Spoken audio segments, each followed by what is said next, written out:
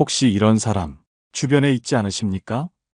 밥 먹으면 슬쩍 빠지고 커피 마시면 시침이 떼고 모임 가면 눈치만 보다가 얻어먹기 바쁜 사람. 처음엔 이해했습니다. 형편이 어려운 건가? 그럴 수도 있지 넘어갔습니다. 그런데 만날 때마다 똑같습니다.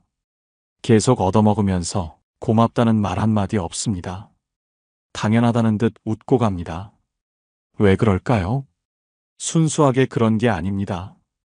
그 속엔 우리 상상보다 훨씬 불편한 심리가 숨어 있습니다. 오늘 빈대 같은 사람들의 숨겨진 본성 세 가지, 그리고 이런 사람과 엮였을 때 절대 무너지지 않는 법까지 알려드립니다. 이제는 이용당하지 마세요. 주제가 마음에 드신다면 구독과 좋아요 눌러주세요. 여러분의 마음을 안아주는 좋은 컨텐츠로 보답하겠습니다. 첫 번째, 나는 똑똑하게 사는 거야. 이런 사람들 절대 자기가 치사하다고 인정하지 않습니다. 오히려 속으로 이렇게 생각합니다. 나는 계획적으로 사는 거야. 괜히 멍청하게 돈 쓰는 사람들은 나중에 후회하지. 이걸 심리학에서는 인지 왜곡이라고 부릅니다. 자신의 이기적인 행동을 합리화하고 계속해서 스스로를 속이는 심리입니다. 무서운 건 이게 반복되면 자신이 잘못된 줄 전혀 모른다는 겁니다. 제가 실제로 겪은 이야기를 하나 말씀드릴게요. 제가 다니던 한 산악회에 그런 사람이 있었습니다. 모임마다 오기는 꼬박꼬박 옵니다. 근데 식사 자리에서 계산할 때면 항상 자리를 비웁니다. 전화가 왔다며 밖으로 나가고 돌아올 땐 이미 계산이 끝난 후 한두 번은 다들 이해했습니다. 뭐 사정이 있겠지. 그런데 그 다음에도 또 그 다음에도 똑같이 반복됩니다. 커피 한 잔 살 기회가 와도 슬쩍 빠지고 간식 한 번 사와서 생색은 엄청 냅니다. 결국 사람들 사이에서 이런 말이 나오기 시작했습니다. 아, 저 사람은 진짜 얻어먹는 걸 습관처럼 하네. 그러면서 그 사람이 모임에 나타나면 분위기가 싸해지기 시작합니다. 사람들은 자리를 피하고 그 사람 주변엔 점점 텅 빈 자리가 늘어갑니다. 그런데 그 사람 마지막에 이런 말을 남겼습니다. 난 계획적으로 사는 거야. 이 바보 같은 사람들은 왜 돈을 쉽게 쓰는지 이해가 안 돼. 여러분, 정말 똑똑한 사람이 이런 사람일까요? 아닙니다. 진짜 똑똑한 사람은요, 작은 돈을 아끼느라 사람을 잃지 않습니다. 여기에 심리학적으로도 중요한 원칙이 있습니다. 바로 호혜의 원칙입니다. 호혜의 원칙이란 누군가 나에게 베풀면 나도 반드시 돌려줘야 한다. 는 인간관계의 기본 규칙입니다. 미국 애리조나 주립대의 사회심리학자 로버트 치알디니 교수는 그의 저서 설득의 심리학에서 이렇게 말했습니다. 호혜의 원칙은 인간 사회에서 가장 강력한 무기다. 받기만 하고 돌려주지 않으면 관계는 반드시 깨지게 돼 있다. 친구가 밥을 사면 나는 커피를 사고 누군가 작은 선물을 주면 고마움의 마음을 표시하는 것. 이게 바로 호혜의 원칙입니다. 이런 주고받음이 쌓이면 신뢰와 따뜻함이 만들어집니다. 그런데 이 균형을 깨고 자기 돈은 절대 안 쓰고 받기만 하는 사람은 결국 주변 사람들에게 얻어먹는 사람으로 낙인 찍힙니다. 그리고 그 결과는 너무나 명확합니다. 점점 사람이 멀어지고 어느 순간 혼자가 됩니다. 돈은 잃어도 다시 벌 수 있습니다. 하지만 신뢰는 한번 무너지면 끝입니다. 얻어먹는 건 잠깐 편할지 몰라도 평생 사람 잃고 외로워지는 건 멍청한 선택입니다. 결국 이런 사람들의 결말은요, 돈은 지켜도 사람은 잃습니다. 그리고 끝까지 모릅니다. 자신이 얼마나 멍청했는지. 사람 잃는 멍청이 절대 따라하지 마세요. 두 번째, 남이 쓰는 건 당연해. 이런 사람들 겉으로는 웃으며 봤지만 속으로는 이렇게 생각합니다. 내가 이 정도 대접은 받아야지. 내가 누구인데 당연히 누려야 할 거야. 이걸 심리학에서는 과도한 권리의식이라고 부릅니다. 스스로 특별하다고 착각하는 심리죠. 이런 사람은 주변에서 받는 호의를 선물이 아니라 내 몫으로 착각합니다. 제가 아는 또렷한 사례 하나 말씀드릴게요. 동네 반상회 모임에 항상 참석하던 영희 씨. 늘 말이 많고 사람들 앞에 나서는 걸 좋아했죠. 문제는 모임이 끝나면 늘 남들이 밥값, 커피값을 부담했습니다. 영희 씨는 웃으며 이렇게 말하곤 했습니다. 나는 오늘 기운을 줬으니까 됐지. 처음에는 다들 그냥 넘겼습니다. 그래, 말 잘하고 분위기 띄우는 사람이니까. 그런데 반복되니 점점 피로감이 쌓였습니다. 하루는 한 분이 조심스럽게 말했습니다. 영희 씨, 다음번에는 커피는 좀 사주세요. 그랬더니 영희 씨가 피식 웃으며 이렇게 말했습니다. 저는 사람들에게 좋은 에너지를 주는 게 제 역할이에요. 그런 건 여러분이 챙겨주세요. 그 자리에 있던 사람들, 속으로 이렇게 생각했습니다. 아, 저 사람은 우리를 그냥 지갑으로 보내. 그리고 그날 이후 단톡방 약속 공지에서 영희 씨는 빠지기 시작했습니다. 이런 행동이 왜 위험한지 아십니까? 심리학에서 이야기하는 보상 기대 심리 때문입니다. 계속 주다 보면 상대는 처음에는 고마워합니다. 하지만 시간이 지나면 그 호의를 당연한 것으로 받아들이기 시작합니다. 그리고 그 당연함이 계속되면 마음속에 늘 받을 수 있다는 기대가 자리 잡습니다. 그런데 어느 날 그 기대가 깨지거나 내가 한번 멈추는 순간 상대의 마음은 싸늘해집니다. 왜냐고요? 더 이상 받지 못한다는 실망이 감사의 마음보다 더 앞서기 때문입니다. 고대 로마의 철학자 세네카는 이렇게 말했습니다. 남의 호의를 권리로 착각하는 순간 사람의 품격은 가장 낮은 곳으로 추락한다. 친구가 밥을 샀다면 나는 커피 한 잔이라도 사야 관계가 이어지는 겁니다. 나도 다음엔 챙길게요. 이 한마디가 신뢰가 되고 그 작은 배려가 인간관계를 지탱합니다. 하지만 받는 걸 당연시하며 내 몫이야라고 생각하는 사람은 계속 주는 사람의 마음을 지치게 만듭니다. 계속 주다 보면 처음에는 괜찮습니다. 내가 챙겨주는 게 기분 좋지. 하지만 그게 계속되면 어느 순간 이런 생각이 밀려옵니다. 나만 주고 있네? 저 사람은 왜 한 번도 먼저 챙기지 않을까? 그리고 그때부터 마음속에서 실망이 시작됩니다. 작은 실망은 곧 짜증이 되고 그 짜증은 서운함으로 바뀌고 결국 이제는 안 되겠다는 결론에 이르게 됩니다. 물질이 아니라 바로 이 마음이 다해서 떠나게 되는 겁니다. 왜냐고요? 사람은 결국 마음으로 연결되어 있기 때문입니다. 마음이 다하면 곁에 있어도 공기가 되어버립니다. 존재는 있지만 존재감은 없는 사람. 그런 사람의 마지막은요, 모임에서 빠지고 관계에서 잊히고 결국 투명 인간이 됩니다. 그래서 제가 드리고 싶은 말, 받는 걸 당연하게 여기는 사람, 결국 보이지 않는 사람으로 끝납니다. 아무도 찾지 않고 아무도 기억하지 않는 인생. 돈을 아끼느라 사람을 잃는 어리석음. 그리고 끝까지 깨닫지 못하는 무지함. 그 결과는 단 하나, 외면당하는 인생입니다. 제발 그렇게 살지 마세요. 세 번째, 내 돈을 쓰면 불안해진다. 이런 사람들도 있습니다. 돈이 없는 것도 아닙니다.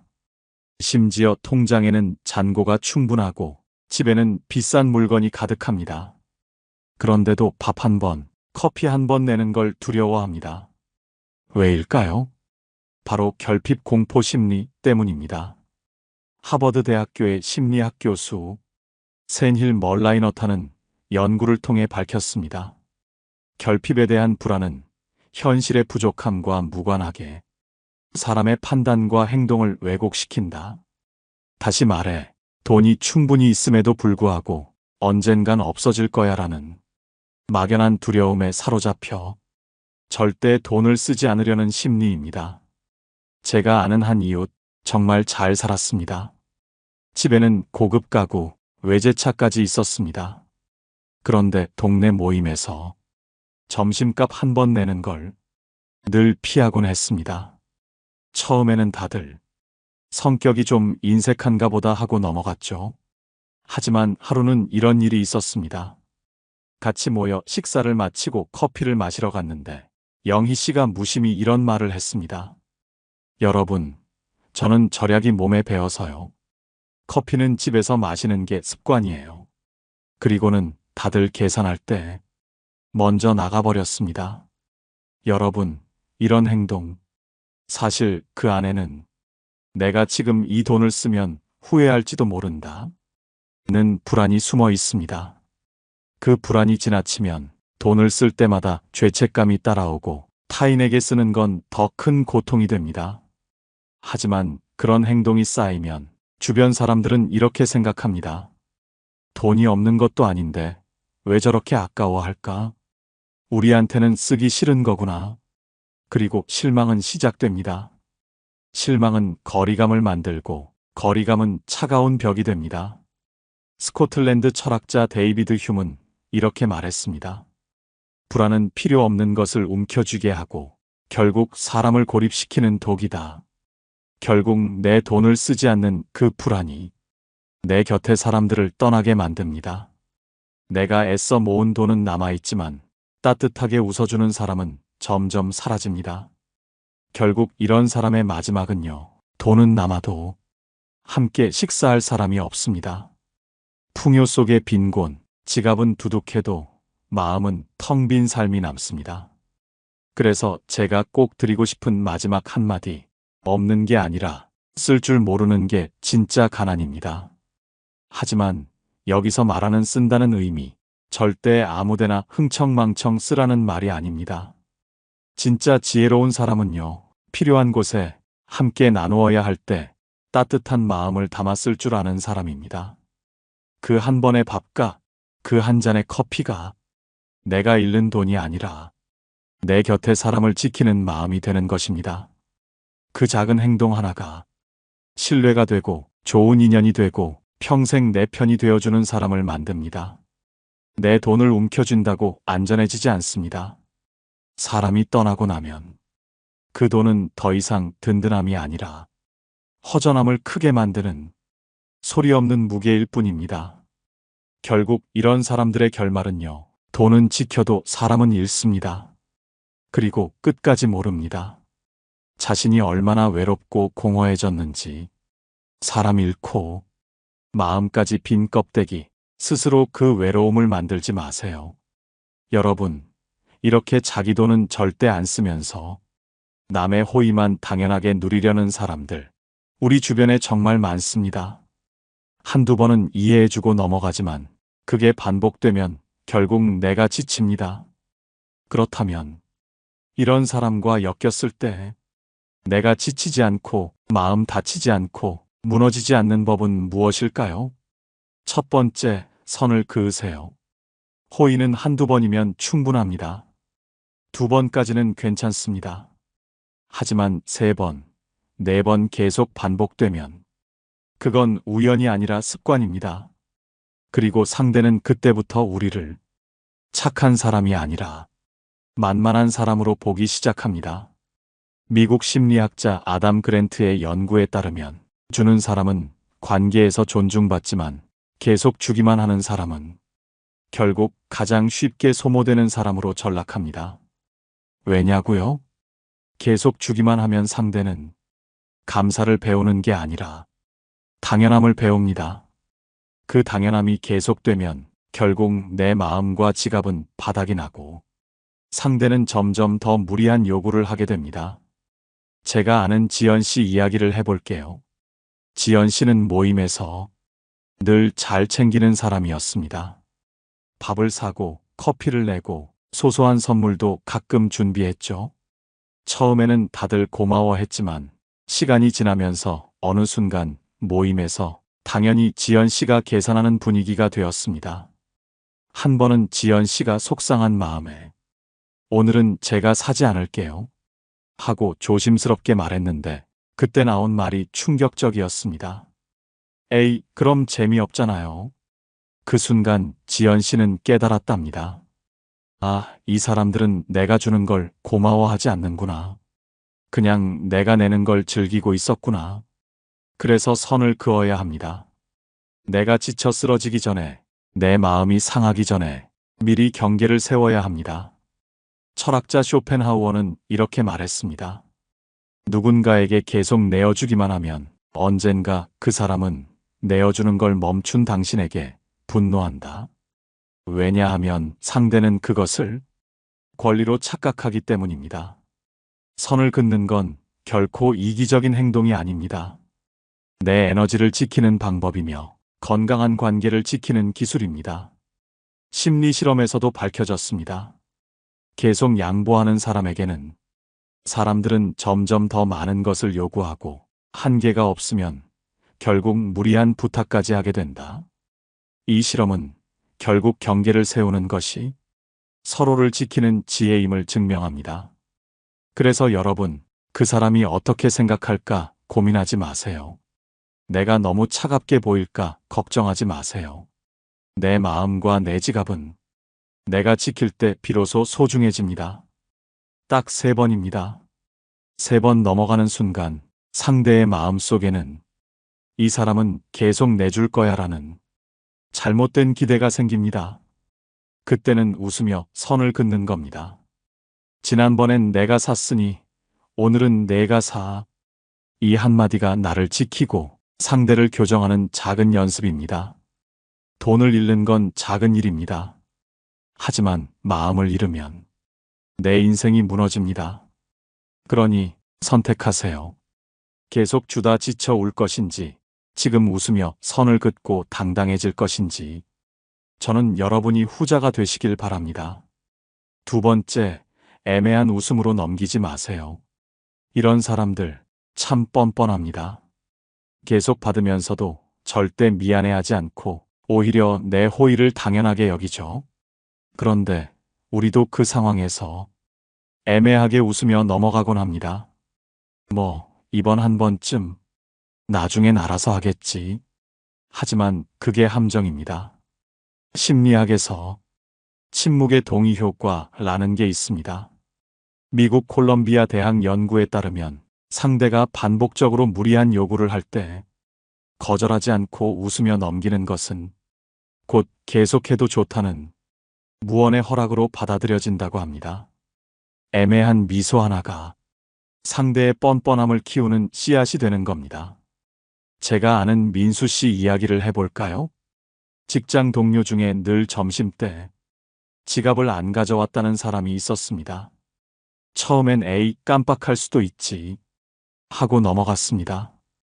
2번째, 3번째도 웃으며 그냥 내줬습니다. 그런데 어느 날 민수 씨가 일부러 지갑을 안 가져온 척 했더니 그 사람의 표정이 변하며 이런 말을 하더랍니다. 오늘도 네가 낼 줄 알았는데? 민수 씨는 그때 깨달았습니다. 내가 그동안 애매하게 웃고 넘어간 게 결국 이 사람을 이렇게 만든 거구나. 프랑스의 사상가 라로슈푸코는 말했습니다. 부드러운 침묵은 가장 위험한 동의이다. 여러분, 상대가 계속해서 받기만 하고 내 호의를 당연시한다면 애매하게 웃지 마세요. 그때는 분명하고 부드럽게 말해야 합니다. 이번엔 당신 차례예요. 이 한마디면 충분합니다. 처음엔 상대가 당황할 수 있습니다.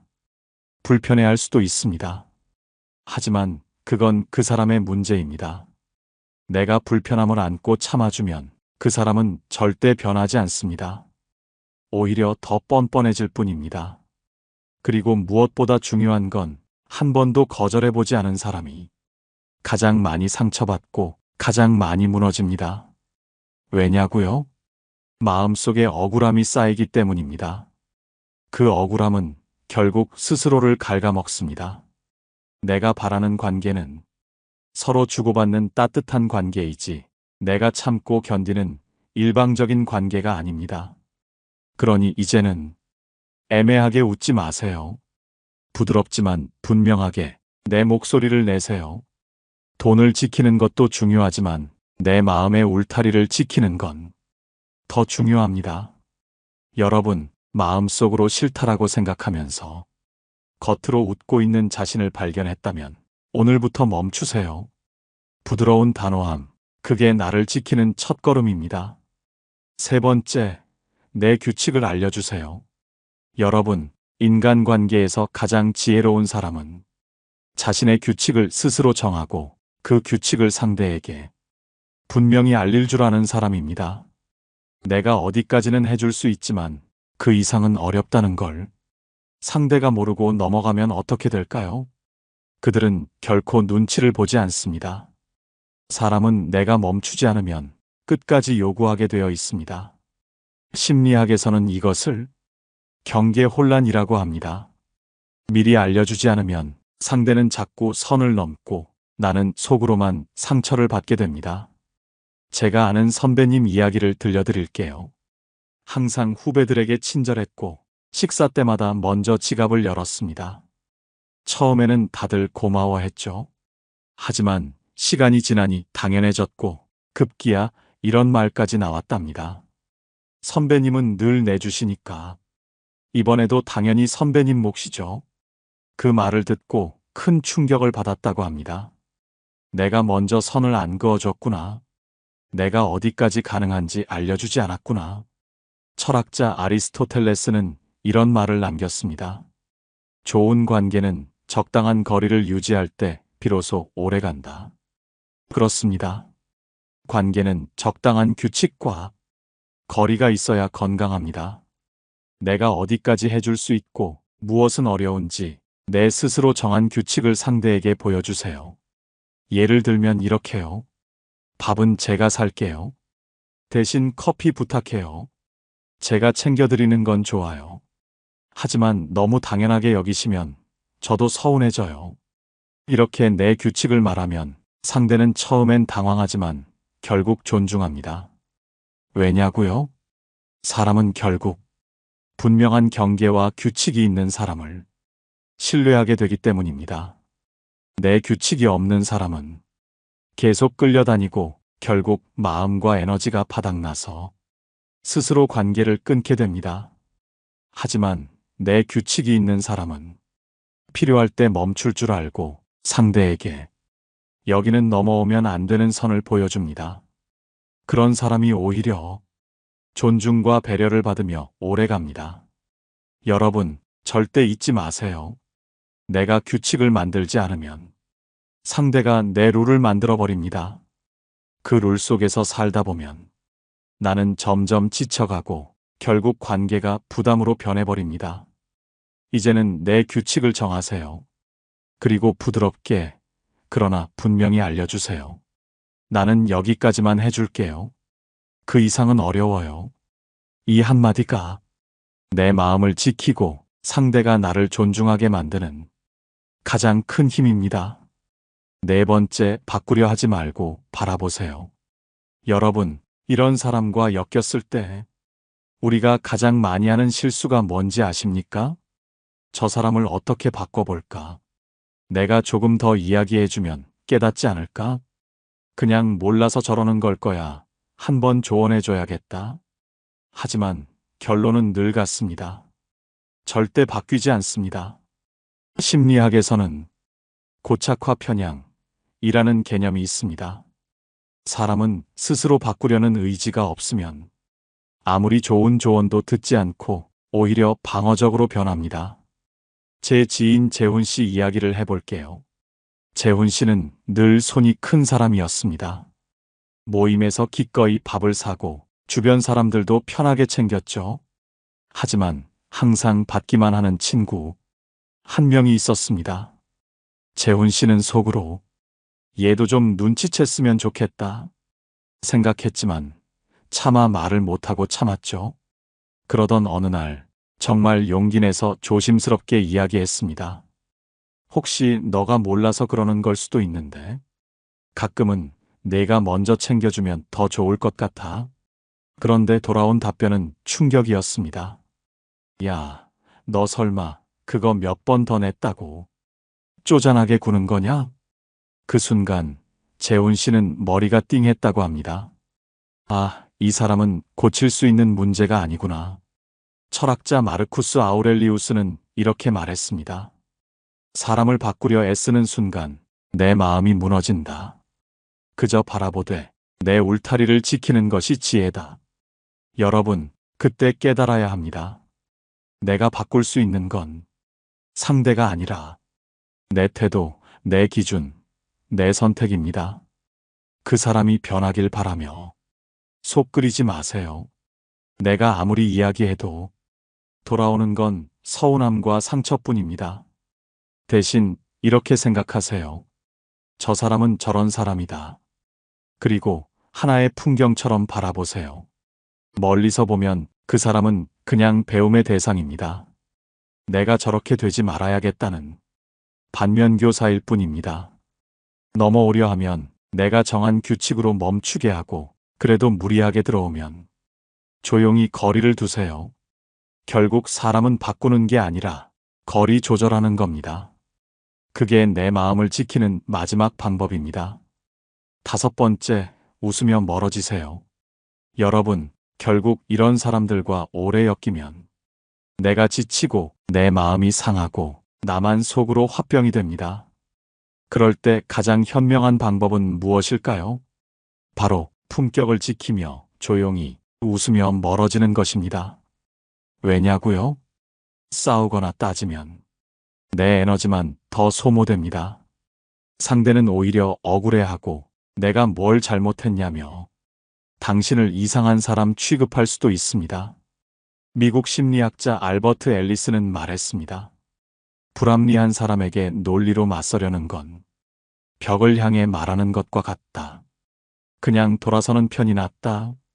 제가 아는 선배 한 분은 이런 말씀을 하셨습니다.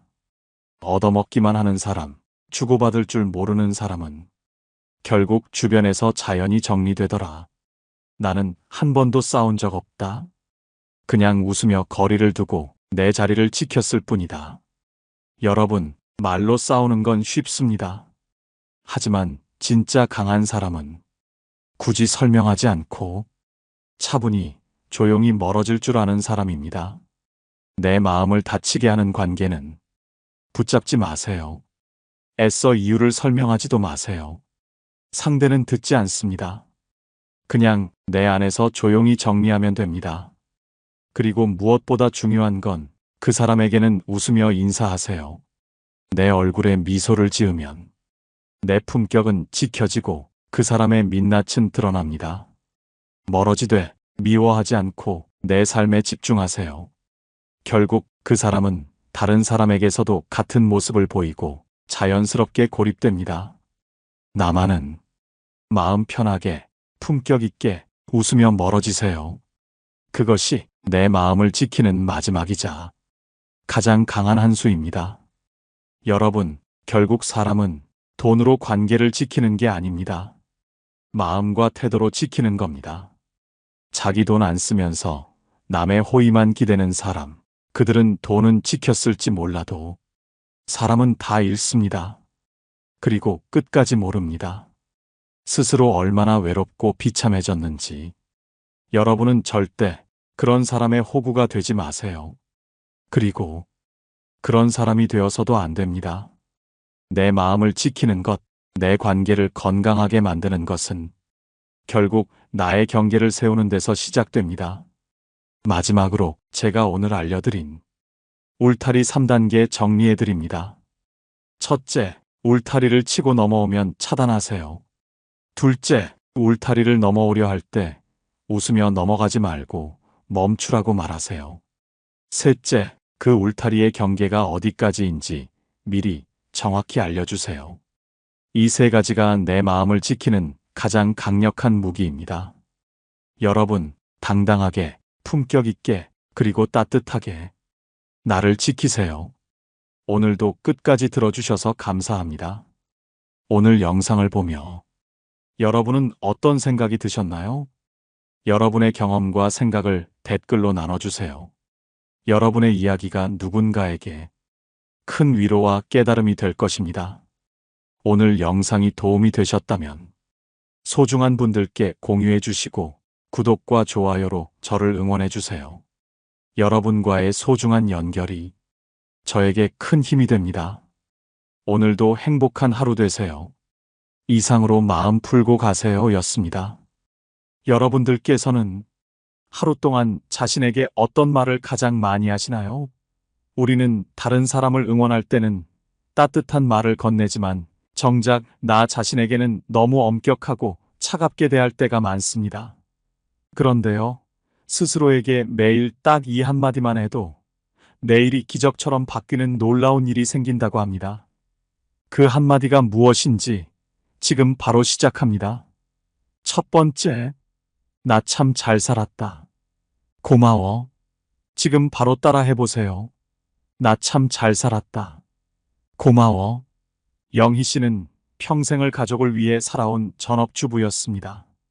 아침부터 저녁까지 가족들의 식사를 준비하고 집안일을 하고 아이들을 돌보는 게 그녀의 일상이었죠. 하지만 그런 일들은 늘 당연한 일로 여겨졌습니다.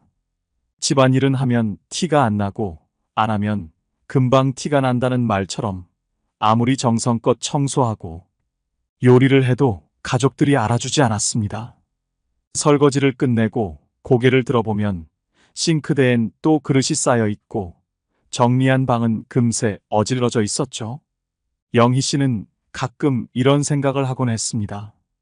나는 이렇게 열심히 사는데 내 노력을 알아주는 사람이 없네. 내가 정말 잘 살고 있는 걸까? 특히 아이들이 독립하고 집안이 조용해진 후 그녀는 자신이 점점 더 작아지는 것 같은 기분이 들었습니다. 내가 남긴 건 뭐지? 내 삶이 정말 가치가 있었던 걸까? 그러던 어느 날 딸이 어린 손자를 데리고 찾아왔습니다.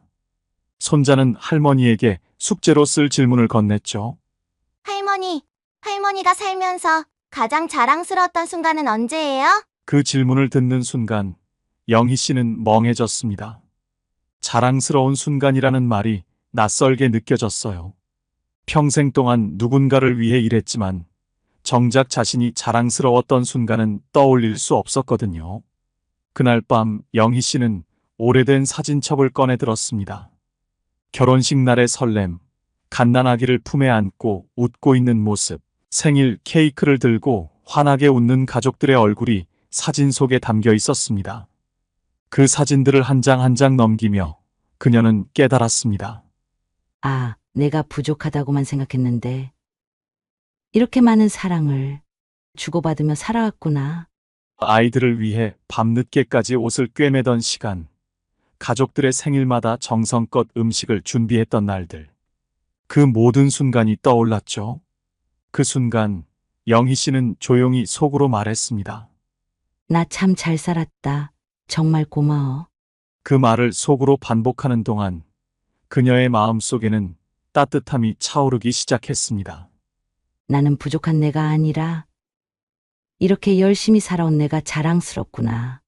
그날 밤 거울을 보며 영희 씨는 처음으로 입 밖으로 그 말을 내뱉었습니다. 나 참 잘 살았다. 고마워.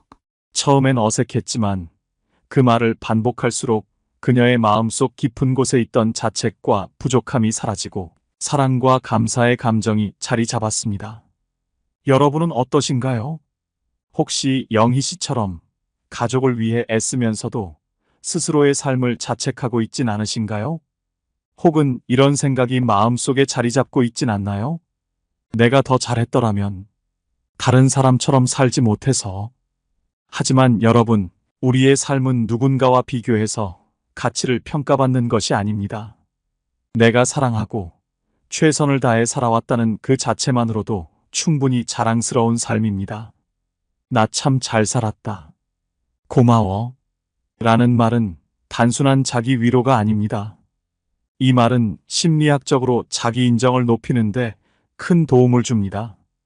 연구에 따르면 자신의 삶을 긍정적으로 바라보고 감사하는 마음을 가지면 스트레스가 줄고 전반적인 행복감이 증가한다고 합니다. 반대로 자신을 끊임없이 탓하고 비교하면 우울감과 불안감이 커질 수밖에 없죠. 우리의 뇌는 우리가 자주 하는 말을 그대로 믿습니다. 고마워 라는 말을 반복하면 뇌는 삶의 긍정적인 순간을 더 많이 찾아내고 결국 스스로를 더 사랑하게 만듭니다. 오늘부터 이렇게 해보세요. 하루를 마무리하며 거울 앞에서 스스로에게 말하세요. 나 참 잘 살았다. 고마워. 그리고 하루 동안의 작은 순간들을 떠올려 보세요. 오늘도 가족을 위해 무언가를 했다는 것. 내가 힘든 순간에도 포기하지 않았다는 것. 내가 사랑했던 순간들, 그리고 사랑받았던 시간들. 그 모든 순간이 내가 잘 살아왔다는 증거입니다. 법정 스님은 이렇게 말했습니다. 스스로를 사랑하지 않으면 누구도 나를 사랑해주지 않는다. 이 말처럼 우리의 삶은 스스로를 사랑하고 인정하는 마음에서 빛이 나기 시작합니다. 지금 이 순간 스스로에게 말해보세요. 나 참 잘 살았다. 고마워. 삶은 완벽하지 않아도 괜찮습니다. 중요한 건 내가 사랑했고, 노력했고, 지금까지 살아왔다는 그 자체입니다. 누군가가 여러분의 삶을 인정해주지 않아도 괜찮습니다. 여러분이 여러분을 인정하면 됩니다. 지금 바로 따라 해보세요. 나 참 잘 살았다. 고마워. 두 번째, 괜찮아. 천천히 가도 돼. 지금 바로 따라 하세요. 괜찮아. 천천히 가도 돼. 민영 씨는 늘 바쁘게 움직였습니다. 회사에서는 쏟아지는 업무를 처리하느라 정신이 없었고, 집에 오면 쌓여있는 집안일을 마치고도 가족들 챙기기에 하루가 끝나버리곤 했죠. 주변 사람들에게는 늘 이렇게 말하곤 했습니다. 괜찮아, 내가 할게. 조금만 더 하면 돼. 자신의 몫을 끝없이 늘리면서도 스스로를 다독이기보다는 더 몰아붙였습니다. 쉬어야겠다는 생각조차 사치처럼 느껴졌죠.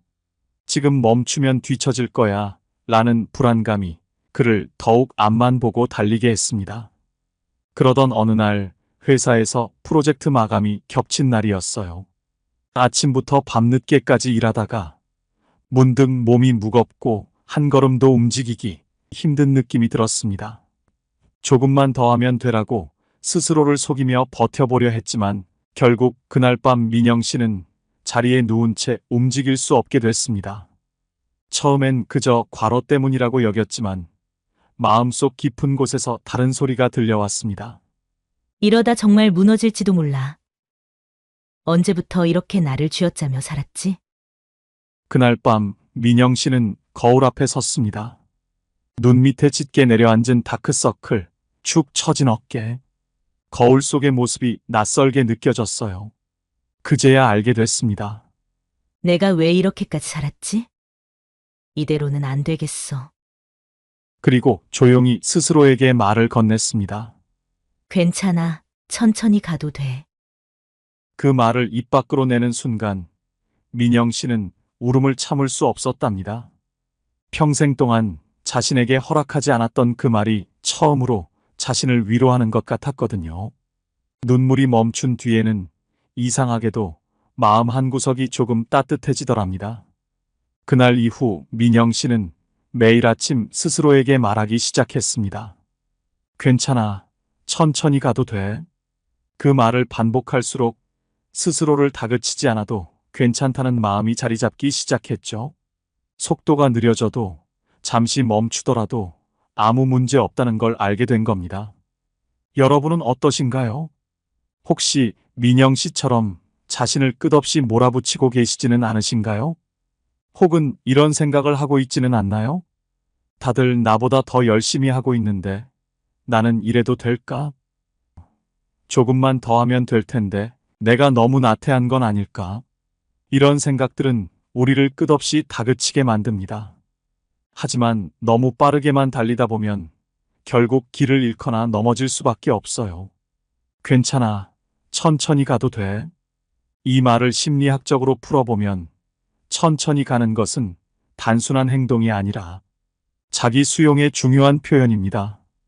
연구에 따르면 자신을 있는 그대로 받아들이고 지금의 속도도 괜찮다고 여길 때 우리는 더 안정된 마음으로 앞으로 나아갈 수 있다고 합니다.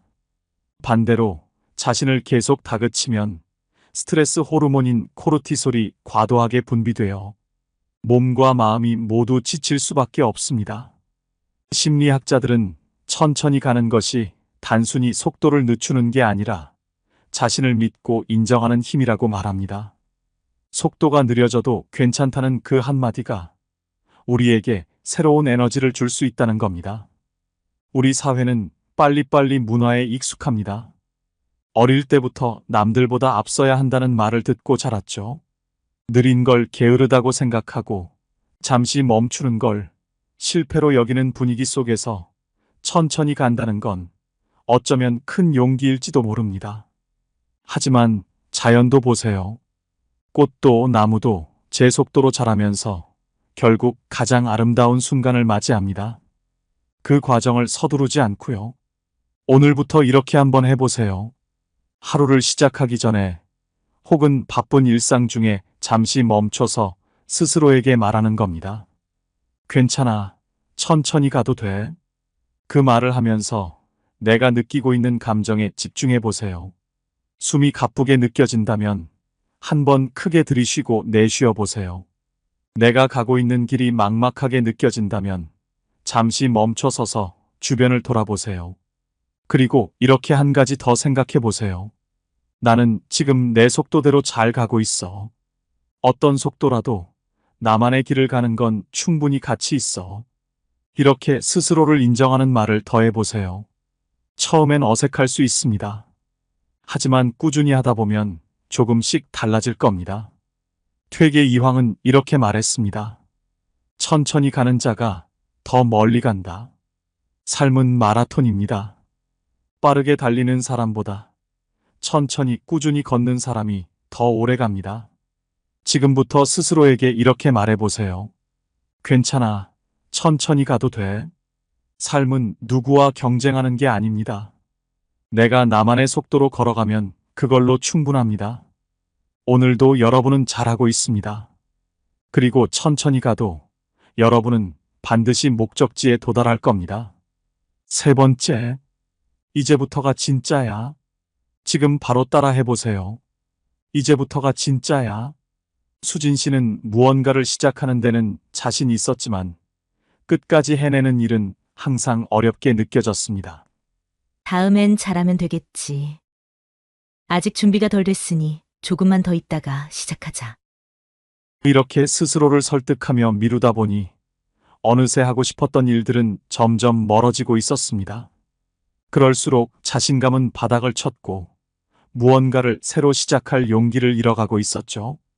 그러던 어느 날 수진 씨는 오랫동안 품어왔던 꿈을 실현해 보기로 결심했습니다. 바로 자신의 첫 그림 전시회를 여는 것. 하지만 막상 시작하려니 머릿속에 이런 생각들이 떠올랐습니다. 지금 시작해도 늦은 거 아니야? 이 나이에 이런 걸 시작한다고 누가 인정해 줄까? 그럼에도 불구하고 용기를 내어 화실에 다니기 시작했어요. 하지만 거기서도 좌절감은 피할 수 없었습니다. 다른 사람들의 그림을 보며 자신과 비교하게 됐고 자꾸만 이렇게 생각했죠. 나는 왜 이렇게 부족할까? 역시 시작하지 말 걸 그랬나 봐. 그날도 혼자 화실에 남아 자책하며 그림을 바라보고 있을 때였습니다. 그 모습을 본 선생님이 조용히 다가와 이렇게 말했답니다. 수진 씨, 지금부터가 진짜예요. 그 말이 마음 깊이 박혔습니다. 지금부터가 진짜야. 이 말은 과거에 무엇을 했든 어떤 선택을 했든 상관없이 내가 지금 시작하는 순간부터 모든 것이 진짜로 시작된다는 의미로 다가왔습니다. 그날 이후 수진 씨는 그림을 대하는 태도가 달라졌습니다. 실력에 연연하지 않고 그리는 과정 자체를 즐기기 시작했죠. 지금부터가 진짜야라는 말을 매일 마음속으로 되뇌며 남들과 비교하기보다는 자신만의 속도로 그림을 완성해 갔습니다. 그리고 1년 뒤 그녀는 작은 갤러리에서 첫 전시회를 열었습니다. 그녀는 이렇게 말했답니다. 과거에 무얼 했든 내가 지금부터 바꿀 수 있는 건 내 현재와 미래라는 걸 깨달았어요. 여러분은 어떠신가요? 혹시 수진 씨처럼 너무 늦었다는 생각에 주저앉아 계시진 않으신가요? 혹은 이런 생각을 하고 있진 않나요? 내가 지금 시작한다고 무슨 의미가 있을까? 다들 나보다 앞서 있는데 난 이제 와서 무슨 소용이야? 이제부터가 진짜야라는 말은 심리학적으로 현재 중심적 사고를 강화해 줍니다. 과거의 실패나 후회에 머무르지 않고 현재를 시작점으로 삼게 하는 힘을 가지고 있죠. 연구에 따르면 현재를 중심으로 계획하는 사람들은 과거에 얽매이거나 미래를 지나치게 불안해하지 않고 더 나은 결정을 내릴 가능성이 높다고 합니다. 반대로 이미 늦었다는 생각에 사로잡히면 우리의 뇌는 스스로를 한계 속에 가둬버립니다. 하지만 지금부터가 진짜라고 믿는 순간 변화가 시작됩니다. 우리 사회는 빨리 시작해야 성공한다는 압박을 주곤 합니다. 그런데요, 요리를 생각해 보세요. 어떤 요리든 재료를 준비하고 불을 켜는 순간부터 맛있는 음식을 만들 가능성이 시작됩니다. 처음부터 계획한 대로 되지 않아도 괜찮아요. 재료를 바꾸거나 시간을 조금 더 들여도 결국 요리는 완성됩니다. 중요한 건 언제 준비했느냐가 아니라 지금 내가 이 재료로 무엇을 만들고 있느냐입니다. 여러분도 한번 생각해 보세요. 이미 늦었어라는 생각 때문에 주방에 들어가는 것조차 망설이고 있지는 않으신가요? 요리는 지금부터 시작해도 늦지 않습니다. 오늘부터 이렇게 해보세요. 스스로에게 말하는 겁니다. 이제부터가 진짜야. 그리고 이렇게 한 가지 더 추가하세요. 내가 지금부터 바꾸면 내일은 분명 달라질 거야. 과거는 바꿀 수 없어도 오늘의 선택은 내가 만들 수 있어. 이 말을 매일 반복하며 한 걸음씩 시작해 보세요. 지금부터가 진짜 변화의 시작입니다. 퇴계 이황은 이렇게 말했습니다. 지금 하는 일이 곧 내 미래를 만든다.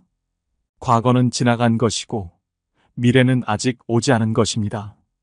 우리가 진짜로 손에 쥘 수 있는 시간은 오직 지금 이 순간입니다. 과거의 실수나 후회는 이제 내려놓으세요. 우리의 인생은 언제든 다시 시작할 수 있습니다.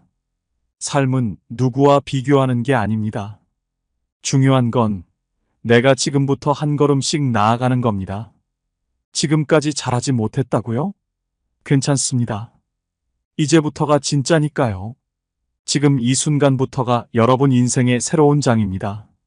네 번째, 나는 반드시 해낸다. 지금 바로 따라 해보세요. 나는 반드시 해낸다.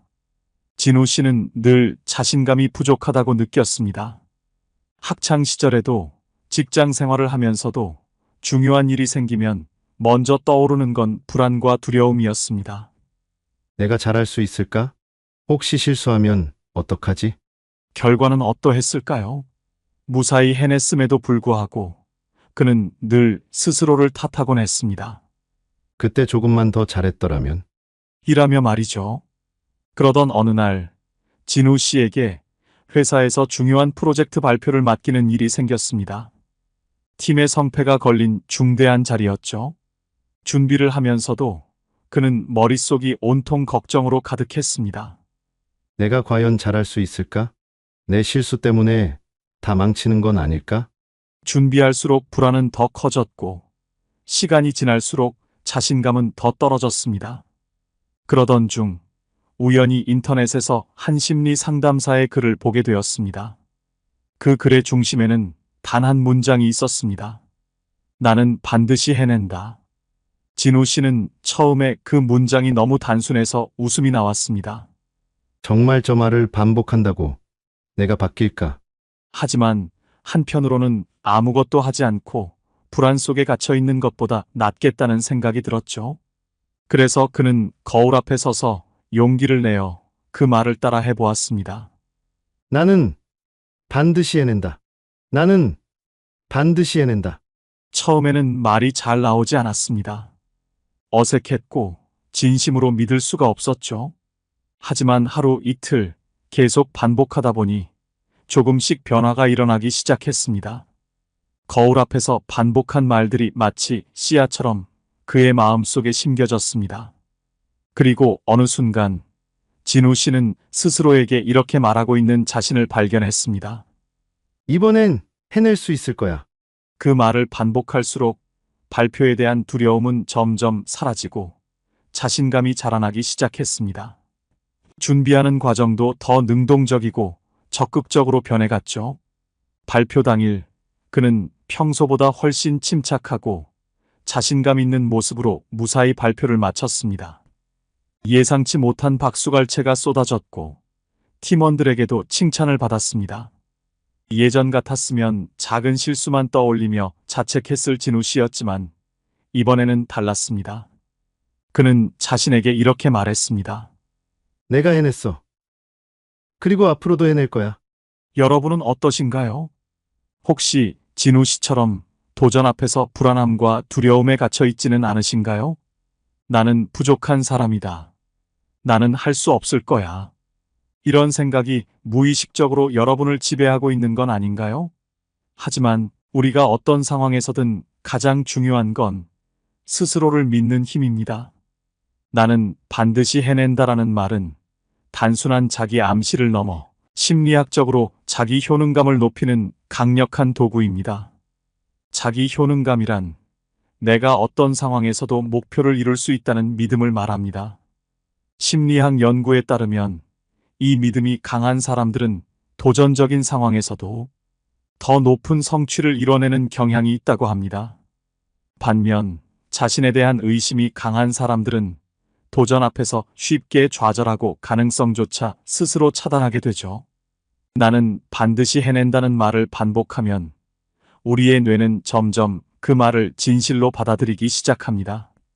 이는 뇌의 신경가 소성 덕분입니다.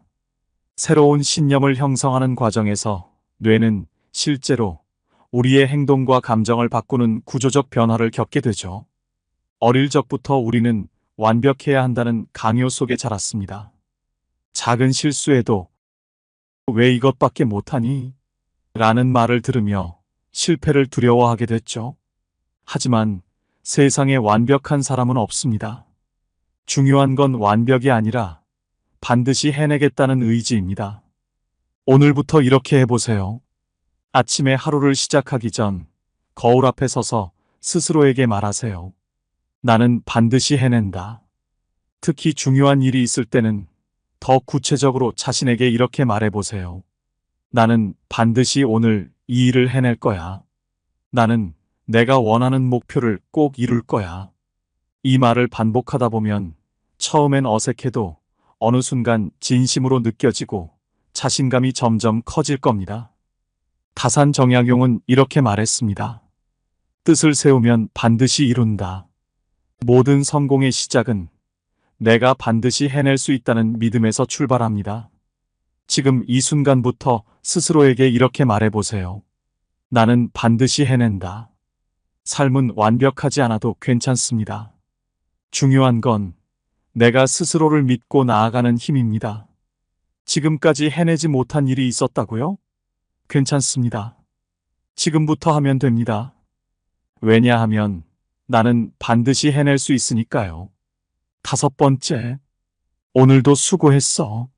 정말 잘했어. 지금 바로 따라하세요. 오늘도 수고했어. 정말 잘했어. 심리 상담사로 일하는 정민 씨는 누구보다도 다른 사람들의 마음을 치유하는 데 뛰어난 전문가였습니다. 하지만 정작 자신에게는 그 따뜻함을 건네지 못했죠. 그의 머릿속엔 항상 이런 생각들이 떠돌았다고 합니다. 나는 부족해. 내가 제대로 할 수 있을까? 왜 난 이 정도밖에 안 되지? 어느 날 상담을 마치고 늦은 밤, 사무실에 홀로 남아있던 정민 씨는 문득 거울에 비친 자신의 모습을 보게 됩니다. 피곤에 찌든 눈빛, 축 처진 어깨, 그리고 그 순간 이런 생각이 들었답니다. 내가 이대로 가다간 정말 무너질지도 몰라. 그날 그는 마음을 다잡고 거울을 보며 처음으로 스스로에게 이렇게 말했답니다. 너무 애썼어. 수고했어. 정말 잘했어. 그 말을 내뱉는 순간 정민 씨는 갑자기 눈물이 왈칵 쏟아졌다고 해요. 왜일까요? 평생 동안 누군가에게서 듣고 싶었던 그 말을 스스로에게 건넨 건 그날이 처음이었기 때문입니다. 그 작은 변화는 그의 삶을 천천히 바꿔놓기 시작했습니다. 스스로를 다독이고 인정해주는 말이 쌓이면서 잃었던 자신감을 되찾고 다시금 더 나은 내일을 기대하게 된 겁니다. 여러분은 어떠신가요? 혹시 정민 씨처럼 자신에게 지나치게 냉정하게 대하고 있지는 않으신가요? 하루에 단 한 번이라도 자신을 인정하고 응원하는 말을 건네본 적이 있으신가요? 오늘부터 단 한마디만 시작해 보세요. 오늘도 수고했어. 정말 잘했어. 이 작은 말이 여러분의 마음에 어떤 변화를 가져오는지 깜짝 놀랄 만한 심리적인 이유가 있습니다. 우리는 하루 동안 무심코 이런 말들을 스스로에게 건넬 때가 많습니다. 왜 이것밖에 못했지? 내가 또 실수했어. 난 참 부족해. 이 말을 심리학에서는 내면 비난이라고 부릅니다. 내가 나 자신을 평가하고 그 평가를 바탕으로 자신을 바라보는 거죠. 문제는 이런 비난이 반복되면 자존감이 낮아지고 스스로를 점점 더 작은 존재로 느끼게 된다는 겁니다. 그렇다면 반대로 이렇게 말해준다면 어떨까요? 오늘도 수고했어. 정말 잘했어. 사실 이 말은 단순한 위로가 아니라 심리학적으로도 큰 효과를 가지고 있습니다. 연구에 따르면 긍정적인 자기 대화는 우리 뇌에 도파민이라는 보상 호르몬을 분비시킨다고 해요. 이 도파민은 기분을 좋게 만들 뿐만 아니라 더 나은 행동을 하도록 동기를 부여합니다. 작은 말 한마디가 우리 삶의 변화를 일으키는 첫걸음이 되는 겁니다. 그뿐만 아니라 긍정적인 자기 대화는 스트레스를 줄이고 불안을 완화하는 데도 효과적입니다. 특히 연말처럼 한 해를 돌아보며 자책하거나 아쉬워하기 쉬운 시기에는 이런 말 한마디가 그 감정들을 잠재우고 마음을 더 따뜻하게 만들어줍니다. 그런데 왜 우리는 자신에게 이런 말을 하지 못할까요? 그 이유는 간단합니다. 우리는 늘 남을 먼저 챙기라고 배워왔기 때문입니다. 누군가에게는 쉽게 수고했어, 잘했어라고 말하면서도 나에게는 그 말을 너무 아끼고 있는 거죠. 그런데요, 남들에게 칭찬을 들으면 기분이 좋아지는 것처럼 사실 나 자신에게 그 말을 건네는 것도 똑같이 중요합니다. 아니, 어쩌면 더 중요할지도 모릅니다. 오늘부터 이렇게 해보세요. 하루를 마무리하며 거울 앞에서 혹은 잠들기 전 스스로에게 이렇게 말하는 겁니다. 오늘도 수고했어. 정말 잘했어. 처음엔 어색할 수 있습니다. 하지만 반복하면 익숙해지고 그 말이 점점 진심으로 느껴질 거예요. 그리고 하루 동안 여러분이 해낸 작은 성취를 떠올리며 이런 말도 더해보세요. 그래도 내가 이걸 해냈어. 이 정도면 충분히 잘했어. 퇴계 이황은 이렇게 말했습니다. 사람의 마음은 거울과 같으니 스스로를 밝히면 어두운 것이 사라진다. 내가 나를 응원하는 말 한마디가 바로 내 마음을 밝히는 시작이 될 겁니다. 이렇게 한마디를 매일 반복하다 보면 예전에는 무겁게 느껴졌던 하루가 점점 가벼워지고 나 자신을 바라보는 시선이 조금 더 따뜻해지는 걸 느낄 겁니다. 그게 바로 내가 나를 응원하는 힘입니다. 그리고 그 힘은 누구보다 강력합니다. 남들이 알아주지 않아도 괜찮습니다. 내가 나를 인정하기 시작하면 더 이상 세상의 기준이나 평가에 흔들리지 않게 될 겁니다. 그때부터 진짜 내 삶을 사는 기적이 시작됩니다. 지금 이 순간부터 시작해보세요. 거창할 필요도 없고 복잡할 필요도 없습니다. 그냥 딱 한마디로 충분합니다. 오늘도 수고했어. 정말 잘했어. 이 작은 말이 여러분의 마음을 바꾸고 하루를 바꾸고 결국엔 내일을 바꿀 겁니다. 오늘 배운 말들로 여러분도 스스로에게 따뜻한 위로와 응원을 건네보세요. 나를 다독이고 인정하는 작은 말 한마디가 여러분의 삶을 더 따뜻하고 빛나게 만들 겁니다. 여러분, 오늘도 정말 잘하셨습니다. 그리고 여러분 참 잘 살아오셨습니다. 고맙습니다. 혹시 여러분만의 나를 위한 따뜻한 한마디가 있나요?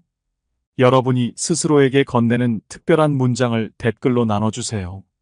그 문장이 또 다른 분들께 큰 위로와 영감이 될 수 있을 거예요.